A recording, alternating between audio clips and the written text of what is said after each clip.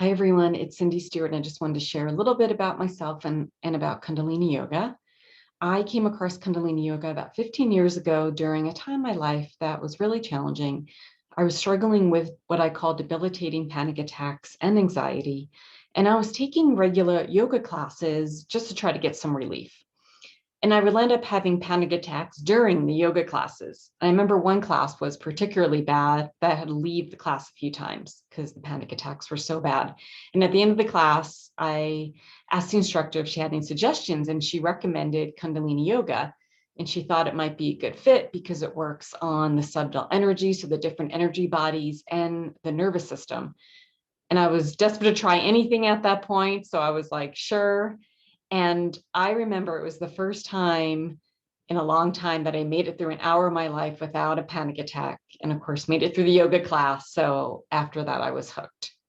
I still do other styles of yoga, but I really find Kundalini Yoga is a great fit when we're on these spiritual healing journeys, because there's so much involved in the journeys. But at the foundational level, we want to do things like drinking plenty of water, getting a good night's sleep, eating foods that are nutritious for our body, and then movement. So a lot of us end up being called to yoga, or we want to learn about yoga while we're on these spiritual journeys because we know intuitively that our body needs to move.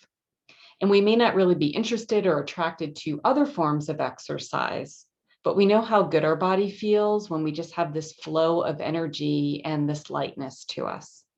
So that's the beauty of Kundalini Yoga, because it works on the subtle energy fields.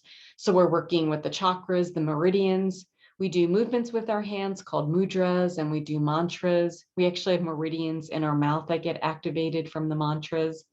And the poses are designed to work our energy from the inside and the outside of our body.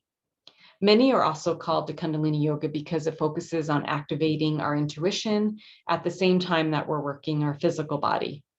It's also a great practice for those that are new to yoga and those that are experienced. Also for those that have knee problems, because most of the poses are done on the floor.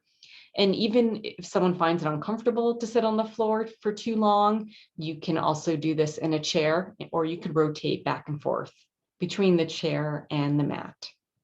If you have any other questions about Kundalini Yoga, just go ahead and email me, or you can reach out to me on Facebook Messenger.